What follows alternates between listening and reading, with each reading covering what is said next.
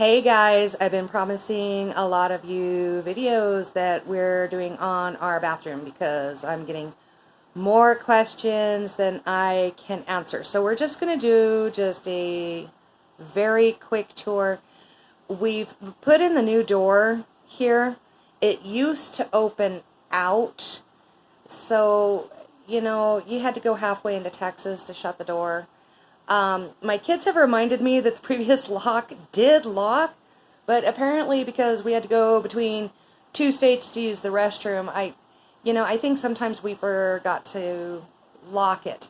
So, but here's the new door. We're very pleased with it. We're going to be adding some detail and painting it and such. But, I told a lot of people that we were renovating the bathroom. That's incorrect. We are rebuilding the bathroom from literally the ground up. So we're in the bathroom now, and as I said, the door used to open out, and the old light switch is here. This is interesting. This is the old porch light from back in the day. And you can see the original outside of the house. It was board and batten. And this house was built in about 1910 before Hurley had indoor plumbing. So you can see here that we have the original outline of the back porch from where the company added indoor plumbing, which was pretty cool at the time. So we're going to be updating all the electrical. We're moving that switch to over there. We believe that's going to be a lot more efficient coming in and out of the bathroom. This was a huge closet. I know it's kind of hard to see here, but this is one of the boards here.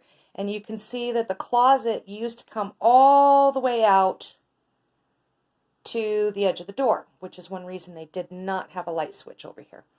Very deep closet. And things would just get lost in there like crazy. So we're moving the closet back. And it does have to stay. This is a load-bearing wall. You can see where the roof comes down and meets here. And so that's not moving. This is not load-bearing. Moves like a champ. But that's okay because the bathroom still needs a closet. We've considered different ways of doing the layout in here, and, honestly, we're just going to go ahead and keep the same footprint. So back to the original outside part of the house. If you look here, here's the original tongue and groove. What is Joanna Gaines got? It's like a shiplap, but it's a lot smaller. That was in the kitchen. This is the kitchen. And they covered that with this this is everywhere in my house. It's more like cardboard. It's some sort of wallboard. And we'll be dealing with the kitchen many years down the road. But here we can see more of the original exterior of the house that was not removed. Back to the entrance. We've left the commode for right now, so we can have two in the house. This is a vent for the majority of the plumbing in the house. It's about a 5-inch vent. So what they had done in the 50s, we believe, is when this bathroom was rebuilt the first time, they had made this wall double thick. So the wall actually used to come out. You can see it here. All the way out this way to cover this huge vent pipe. So we're going to be putting in a smaller vent pipe there. And then, of course, we have all these lovely holes to fix everywhere. This is delicious. So here we have the original outside part of the house. I'm having a hard time holding my phone because I'm not used to doing this. And this is the wall for the bathroom. And that is under my house right there. And right there, it was never sealed off. No telling what's lived in these walls. So of course we've got our spray foam ready to go for all these little bits here. Here's some of the floor from once upon a time. And sometime in the 80s, maybe 2000s, they put in the sticky tile. Can't wait to update that. So we've decided to go ahead. Once upon a time, the vanity came out. Oh gosh, it took up the whole thing. And you know, it was okay if you've got 3 kids, I suppose, but we're going to be putting in a smaller vanity and a smaller mirror and take up less room in here.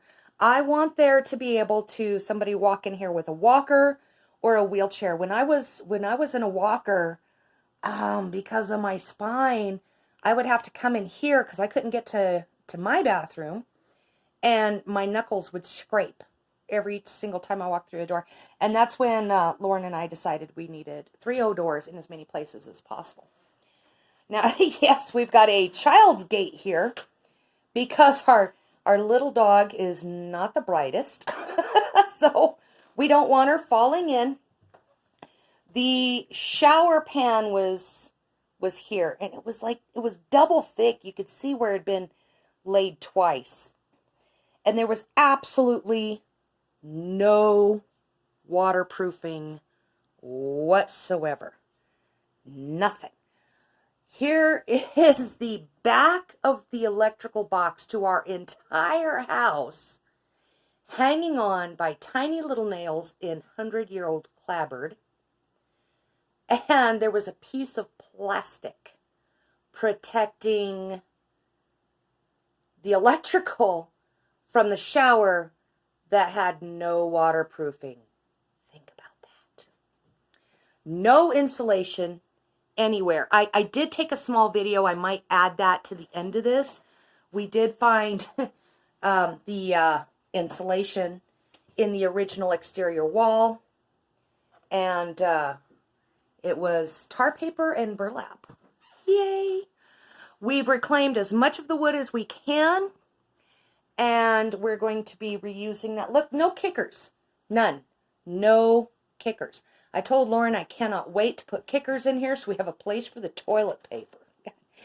This mold, we were not planning on doing the next room yet.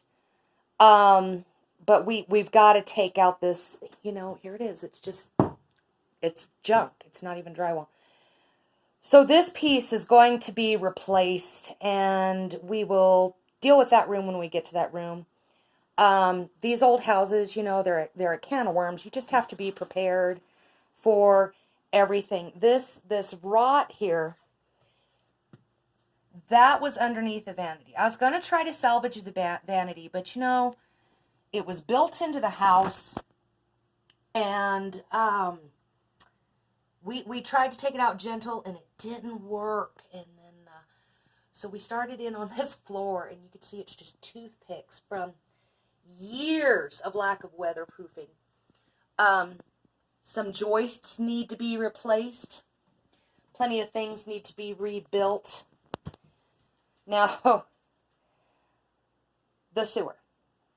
Let's talk about this for a minute. This is all old galvanized pipe.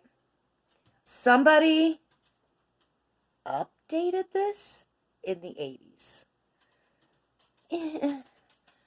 That's my bathroom. We will be getting to my bathroom next. So all the plumbing has to be updated. All the electrical has to be updated. And that includes the sewer. So this is outside. And I had posted some videos on Facebook recently where Lauren had started digging this out so that we could, I don't know if you can see this, hold on. If we could update this plumbing under here. And there was a leak from my bathroom shower. The old galvanized P-trap was buried. And so every time somebody took a shower, I mean, that pipe was literally broken in half. And so every time we took a shower, this hole he had just dug out, because we're going to dig out all the sewer to the clean out, you know, and replace it and update it. it would fill this area. You could see the backwash. Maybe you can see the backwash. And it was huge. It was a pond. I have a frog in my yard. He just loved it. But so of course that had to be fixed before we could even, and we're still trying to wait for it to dry out. We literally filled a swimming pool every time the family would shower in the evening. So him and Georgie actually got under the house recently and dug it out all the way to the kitchen. Can you believe it? They ate well that night. I made sure of it. So, because Lauren says, dude, I am not digging under this house again if I don't have to. So we're going to be replacing all the sewer underneath the house all the way into the kitchen. And then, if you look at my pilings,